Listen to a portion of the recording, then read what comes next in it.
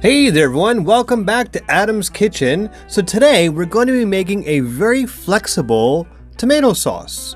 Now with adjusting the seasoning, you can make this into a kind of spaghetti or marinara type sauce.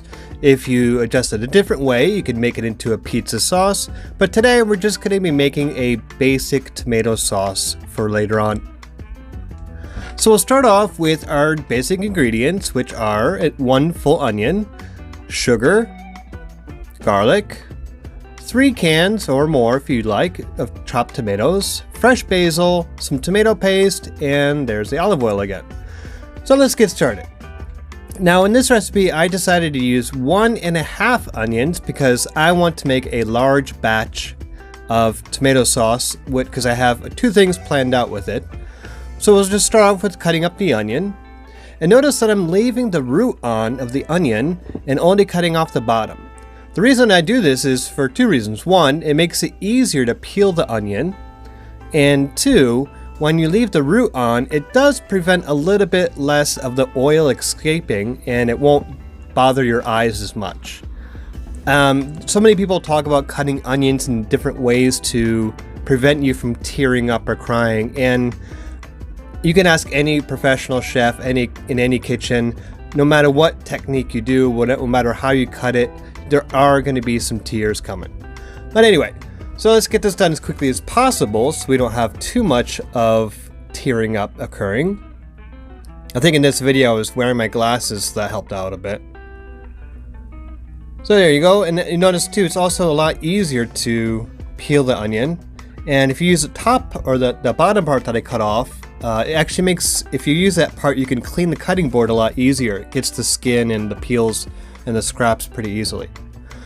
So now we're just going to do a very, very rough cut because this is going into a pasta sauce and, well, not really pasta sauce, it's going to be going into a tomato sauce. And if I want this tomato sauce to be more chunky, having big ingredients will make that possible. But if I want to have it smaller, or more of a thinner sauce, I can just run it through a handheld food processor or a food processor and tabletop food processor. So as you can see, just a very, very rough cut. So I'll proceed to do that with the other 2 onions.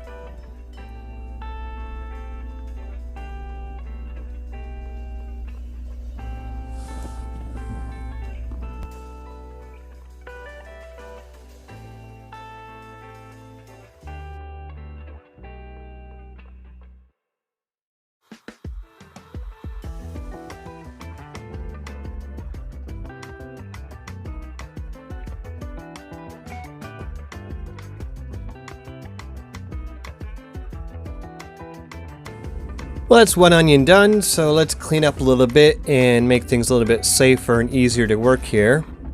Now, as I said before, I'm doing 1.5 onions because I plan on making a larger batch of sauce. And I usually do this because I split it into half or I split it into thirds, freezing some of it so if I want to have a simple dinner, I could just take the bag of frozen sauce out in the morning before work. Then in the evening come home and just reheat it with some pasta and have an easy dinner. But in this case, today I'm going to be making chili. And so I'm going to take half the sauce and probably freeze it and use the other half of the sauce to make chili. And with the chili, I can make chili dogs, which I'll probably do.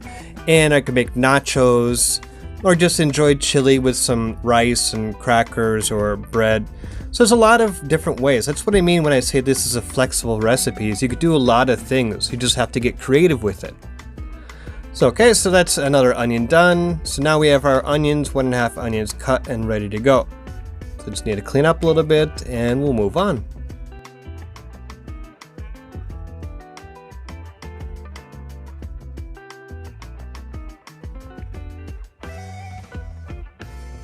Okay, so now we're going to be moving on to the garlic, which is again just very simply crushing and cutting it up. That's all we're going to do because we want to maintain the consistency of a chunky sauce.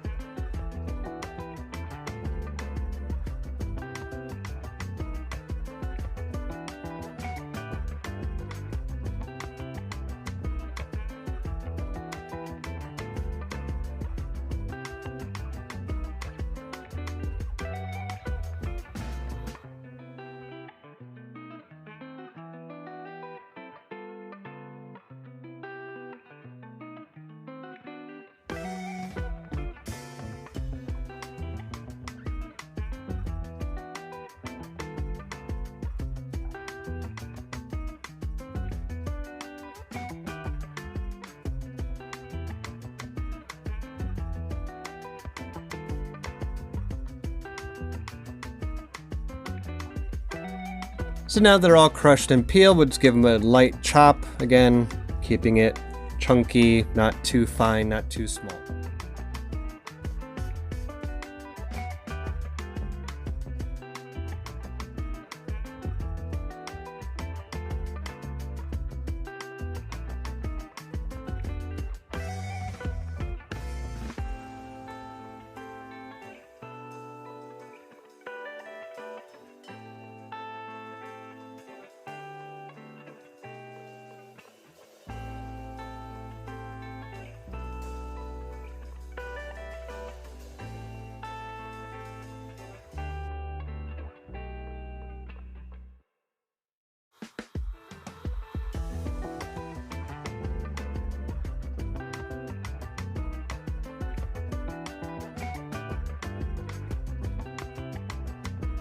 Now that all the cutting being done, let's move on to the cooking process. So again, we're just going to be sweating the onions until they become translucent, as it seems to be what we always do with onions when it comes to cooking. Seems like in most recipes when it comes to oil and onions, we're always cooking them until they become translucent. And I don't know if you guys noticed or not, but these onions have miraculously grown back. That's right, I'm not using the chopped onions that I had before, or as you can see, the garlic either. What happened was my camera had overheated from the oven, from the stove I should say, and I lost all that footage. But fortunately, since I've done this recipe I don't know how many times, I had some old footage of it and it's exactly the same process. So this is using old footage, but like I said, the process is the same. So again, let's just sweat the onions down, and those look pretty good. They've been cooking about 5 minutes. So we'll add our sugar, our tomato paste,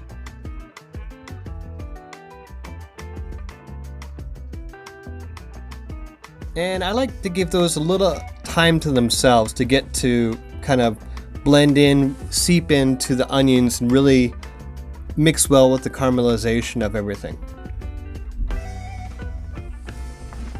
So again, after a few minutes, just giving it a stir and kind of looking for a certain consistency with the sugar and the tomatoes kind of combining together. And that's pretty much what I'm looking for. So move on and add our chopped tomatoes. Now in this video, I only added 1 can because I was making a very small batch and I was gonna reduce it down to make a pizza sauce. But in our case, what we're doing is we're going to be adding a lot more, so in our case 3 cans. So as the same, adding basil. As you noticed too, I don't know if you caught that, but there was also some herbs in there. There's some oregano that I had added because like I said, this was going to be more of a tomato sauce. But in our sauce, we're just making a neutral, so there's no seasoning other than the basil. So add some black pepper, add some salt, and give that a nice stir.